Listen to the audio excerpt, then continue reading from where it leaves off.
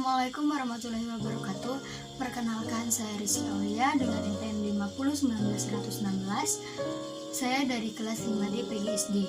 Di sini saya akan menjelaskan tentang kurikulum PKN SD dengan mata kuliah pembelajaran PKN SD, dosen pengampu Pak Tio Gusti Satria MPD. Pendidikan adalah suatu proses dalam rangka mempengaruhi peserta didik supaya mampu menyesuaikan diri sebaik mungkin dengan lingkungannya. Secara umum, dapat dikatakan bahwa pendidikan merupakan satuan tindakan yang memungkinkan terjadinya belajar dan perkembangan.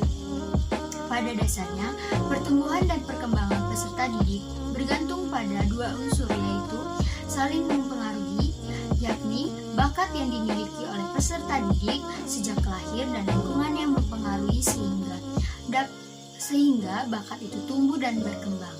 Memilih lingkungan yang tepat untuk mengiringi perkembangan bakat peserta didik ke arah yang lebih baik. Salah satu tenaga kependidikan yang memiliki tugas utama dan tanggung jawab untuk melaksanakan pelaksana pengajaran adalah guru. Tugas guru dalam pembelajaran tidak terbatas pada penyampaian informasi kepada peserta didik sesuai kemajuan dan tuntunan zaman. Guru harus memiliki kemampuan untuk memahami peserta didik dengan berbagai keunikannya agar mampu membantu mereka dalam menghadapi kesulitan belajar. Yang pertama, memahami kurikulum PKN SD. Kurikulum adalah seperangkat rencana dan pengaturan mengenai tujuan, isi dan bahan pelajaran serta cara yang digunakan sebagai pedoman penyelenggaraan kegiatan pembelajaran untuk mencapai tujuan pendidikan tertentu. Menurut Kamus Besar Bahasa Indonesia atau Purwodarminto, kurikulum diartikan sebagai susunan mata pembelajaran kurikulum, mengandung 4 dimensi yang saling berhubungan. 1. Kurikulum sebagai ide, 2. Kurikulum sebagai rencana tertulis, 3. Kurikulum sebagai kegiatan, 4. Kurikulum sebagai hasil belajar. Kurikulum sebagai kegiatan merupakan hasil terjemahan guru di lapangan berdasarkan kurikulum sebagai ide atau sebagai rencana tertulis. Kurikulum PKN adalah acuan untuk mewujudkan tujuan pembelajaran pendidikan kewarganegaraan yang merangsang siswa untuk memiliki kecakapan berpikir secara kritis, rasional, dan kreatif. Di samping itu, untuk meningkatkan partisipasi aktif dan rasa tanggung jawab serta membiasakan bertindak secara cerdas dalam kegiatan masyarakat dalam menanggapi isu-isu kewarganegaraan. Sementara itu, ditetapkan pula bahwa kedalaman muatan kurikulum pada setiap mata pelajaran pada setiap satuan pendidikan dituangkan dalam kompetensi yang harus dikuasai peserta didik sesuai dengan beban belajar yang tercantum dalam struktur kurikulum. Guru dituntut untuk lebih meningkatkan kinerjanya, pengetahuan, keterampilan, dan sikap pendidik sangat diperlukan agar penerapannya sesuai dengan amanat kurikulum. Untuk itu, guru perlu meningkatkan kualitas dirinya agar pengetahuan, keterampilan, dan karakter yang dibutuhkan dapat berkembang sesuai dengan perkembangan profesionalisme guru dalam mengimplementasikan pengelolaan pembelajaran pada pelaksanaan kurikulum 2013. Kedua, mengidentifikasi pengembangan kurikulum PKN SD. Pengembangan kurikulum PKN SD, standar kompetensi dan kompetensi dasar menjadi arah dan landasan untuk mengembangkan materi pokok, kegiatan pembelajaran, dan indikator pencapaian kompetensi untuk penilaian. Dalam merancang kegiatan pembelajaran dan penilaian, perlu memperhatikan standar proses dan standar penilaian. Perkembangan kurikulum dilakukan oleh sekolah dan komite sekolah didasarkan pada prinsip-prinsip sesuai dengan Permendiknas nomor 22 tahun 2006, yaitu A. Berpusat pada potensi. Kedua, beragam dan terpadu. Ketiga, tanggap terhadap perkembangan ilmu pengetahuan, teknologi, dan seni.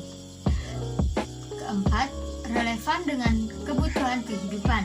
Kelima, menyeluruh dan berkesinambungan. Keenam, belajar sepanjang hayat.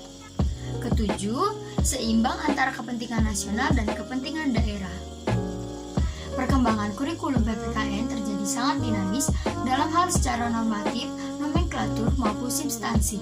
PPKN mengalami proses perkembangan cukup panjang, dimulai dari pertama muncul 1957 dengan nama Civics atau Kewarganegaraan, tahun 1959 diintrodusir pelajaran Civics dengan Civics Manusia Indonesia Baru, dan 7 bahan pokok indoktrinasi atau Tubaki sebagai buku sumber. Tahun 1962, istilah civics diganti dengan kewarganegara. Tahun 1968, kewarganegaraan diganti dengan pendidikan kewarganegara. Tahun 1975, pendidikan kewarganegara diganti dengan PMP atau pendidikan moral Pancasila. Tahun 1978, sangat dominannya materi P-4. Dalam PMP tahun 1984 masih dengan nama PMP. Tahun 1994 diganti dengan nama PPKN, yang kemudian pada tahun 2013 kembali lagi menjadi PPKN. Perkembangan kurikulum PPKN di Indonesia berkembang secara dinamis. Ini pada prinsipnya disesuaikan dengan kebutuhan atau visi misi dari pemerintahan yang mempengaruhi dalam pembentukan kebijakan kurikulum pendidikan di Indonesia. Tetapi dalam pelaksanaannya terdapat kekuatan yang menjadi pondasi dalam pelaksanaan mata pelajaran pendidikan Pancasila dan kewarganegaraan, yaitu Pancasila, Undang-Undang Dasar Negara Republik Indonesia tahun 1945. Baiklah, dari materi yang saya jelaskan tadi, saya menarik kesimpulan yaitu kurikulum PKN adalah acuan untuk mewujudkan tujuan pembelajaran pendidikan kewarganegaraan yang merangsang siswa untuk memiliki kecakapan berpikir secara kritis, rasional, dan kreatif. Di samping itu, untuk meningkatkan partisipasi aktif dan rasa tanggung jawab, serta membiasakan bertindak cerdas dalam kegiatan masyarakat dalam menanggapi isu-isu kewarganegaraan dan perkembangan kurikulum PPKN terjadi sangat dinamis. Dalam hal secara normatif, nomenklatur maupun substansi, PPKN mengalami proses perkembangan cukup panjang.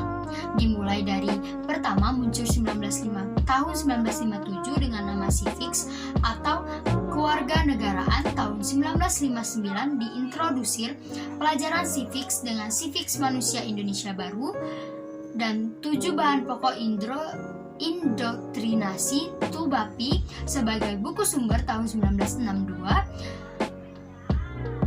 Istilah civics diganti dengan kewarganegara tahun 1968. Kewarganegara diganti dengan pendidikan kewargaan